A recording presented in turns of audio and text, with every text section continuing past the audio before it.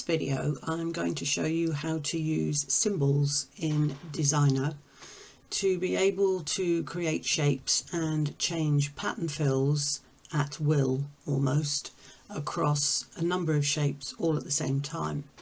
It's the closest thing I've found in Affinity to the smart objects that you can use in Adobe Photo and Illustrator. It's not quite as good, but it does do the job, and I've found it so far pretty reliable in how it works. So initially I'm going to create some shapes to make some tags. So we'll start off with a rounded rectangle. I'll leave it in the colour so you can see the differences. We'll draw 2 or 3, and I'm copying this idea from one that Di Huser did a video on using smart objects, so it's the idea is to create the same thing. So 3 separate triangles with rounded corners which build up to make a point for your tag. Now, the one thing you can't do in Publisher, which you can do in Designer, is join shapes together to make one shape. So these 3 are now going to become one by using the Boolean option here. And because we're going to add them together, we're going to choose Add. Okay, so that now gives us a shape like this. And you can manipulate the corners a bit if you wish. If I'd made the angles a little bit larger, they would have been a bit more curved, but this will do for now. So now I'm going to copy that shape, and I'm going to put and paste it down in the same place, and I'm going to shrink that down to make a inner shape, which I'm then going to make white. So we click on the white option over here, and because I've got the opacity turned on, you can see colour through, and you'll see why in a minute. So I just manipulate that to make that a little more pleasing to the eye, and select the 2 together, and using the alignment option up here I can centre them both top and bottom and apply. So far so good. Now I'm going to bring in some patterns which I want to be able to change on this back layer. I'll just click layer so you can see the 2, so that I can change the colours to suit the occasion. So you could pull in Christmas patterns, you could pull in Halloween patterns, whatever you want to make tags for. So in this instance I'm just going to randomly choose a few different background patterns, and these happen to be a camouflage style pattern. A bit large for the page. Let's shrink that down.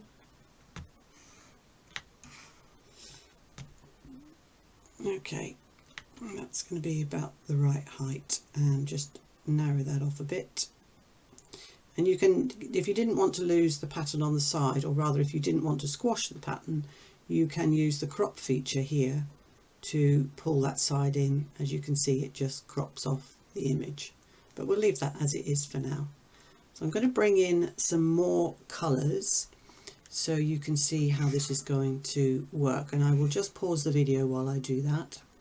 So I've made them all approximately the same size because I'm going to sit them all on top of each other, and then I'm going to group them, and you'll see why in a minute. I can actually do it this way, it'd be quicker. There we go. And then I'm going to group. Okay. Next we need to open up the symbols window. Neither can you do it in Photo, it's only available in Designer.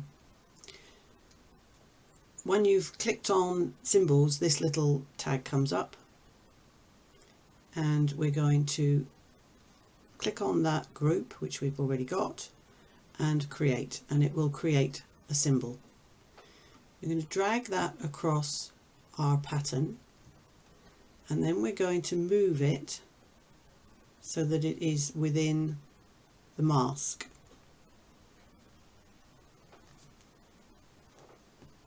Now I'm going to create some different shapes on the same principle and then apply the same symbol to them. So I will just pause while I create the extra shapes, And just to remind you that you can manipulate the shape of something like a star by clicking on these points up here, so you can add extra points in. So we'll leave it as a 5-point star. We will change the inner radius to make it slightly more space inside, and the outer circle just to give the points more of a curve. And you can do the same to the inner ones as well if you want to, by just working your way along the lines, really, by changing the slider. And we do that by going to View, Studio, Symbols, and you can't do this in Publisher. Okay, I've gone ahead and set up 3 more shapes. So we have a selection of tags, and the original one was already set up with the background patterns. And now we're going to add those patterns to the extra shapes. To do that, we're going to drag the symbol from the symbol area across to one of the shapes. So at the moment it is sitting on top of the shape I want to place it in. So we need to move the layer down. So we click on where it says symbol and we drag it down until it is sitting just in, it'll basically be part of the group of the heart colour. And when you drop it there, you will see that it's replaced the green with the patterns, and it's sitting within that background shape, which is where we want it. So now we're going to do the same for the other 2 shapes. And I find it's a bit erratic when you try to drag it across. So if you have the problem where it doesn't come across, then you can copy it and paste it where you need it. So I'll just stretch that one out so that it fits the star shape. And again, we move that down so that it's within the right shape. So it's literally, you're going to drag it into the layer that has the star, and again it will replace the pink and put the pattern in. And once more for the heart shape. And you see what I mean by being slightly problematic sometimes. So if we copy it and paste it instead, it's copied the previous one. I just need to change the size of that to fit.